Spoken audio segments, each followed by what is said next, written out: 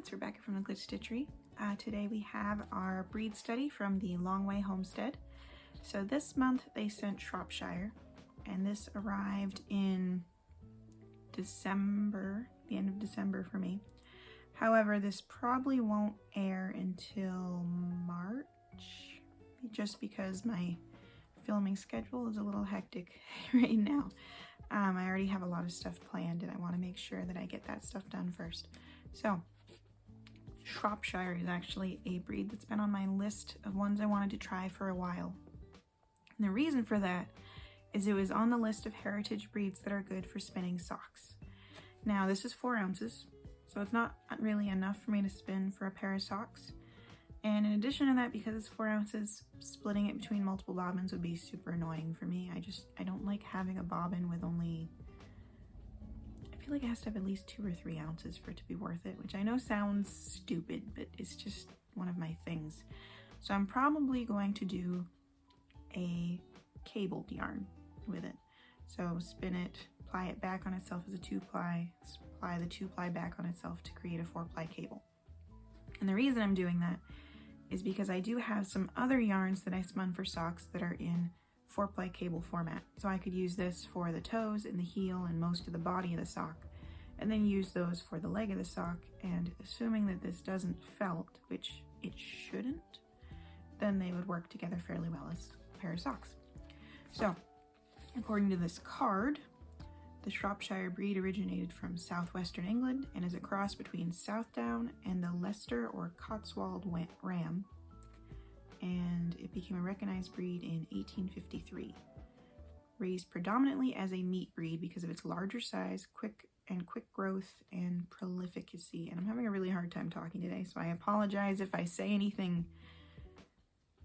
I don't know what it is. Just keep tripping over my own tongue. All right.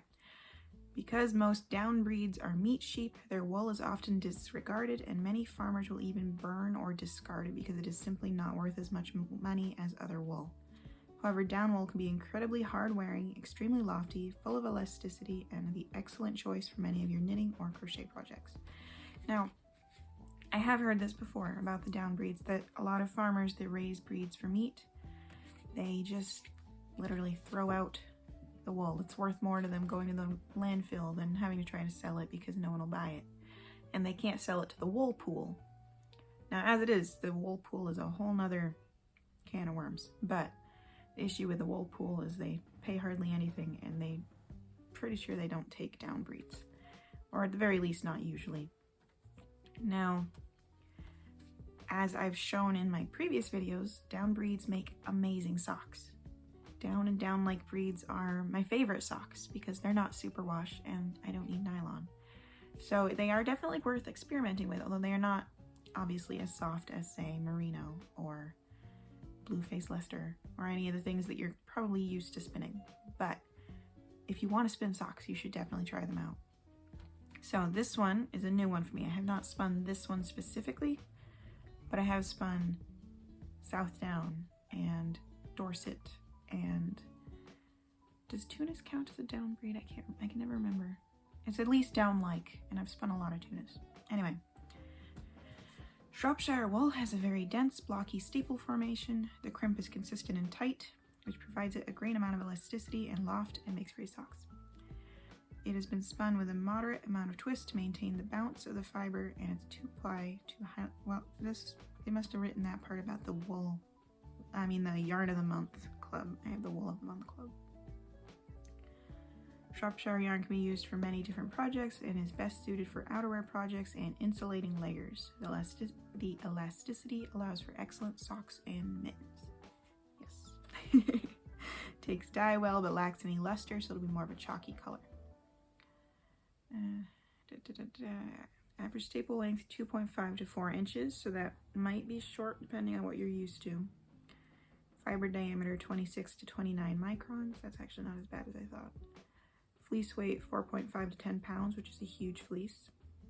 And dense, blocky locks. All right, cool. So I'm gonna get the wheels set up and we are gonna get spinning this. I am going to try to go reasonably fine so that we can do the cable. That said, it has a fairly rustic feel to it, so I'm not sure it will cooperate, but we will try.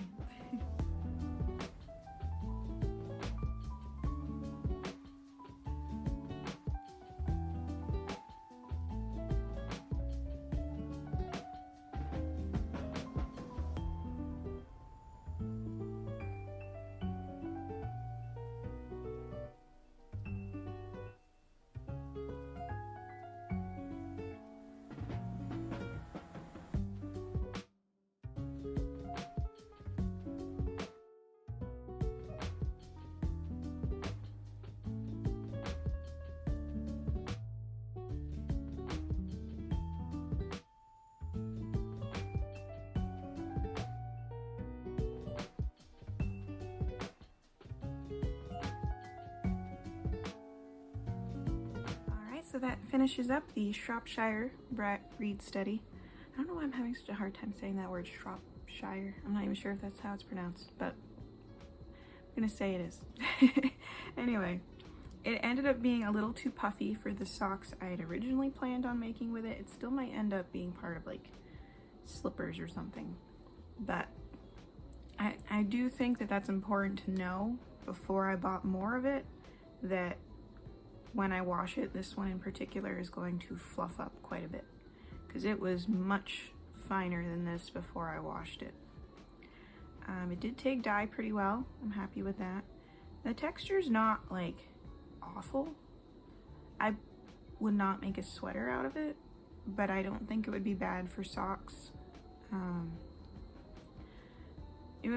It seems like it would be pretty hard wearing based on the description as well, so it would probably work really well for things like bags and maybe even stuffed animals, stuff that we don't really want to felt, and we want it to last a decent amount of time, but we don't necessarily need to use a really expensive material for, if that makes sense. Like you don't really want to waste your fancy merino on a backpack, stuff like that.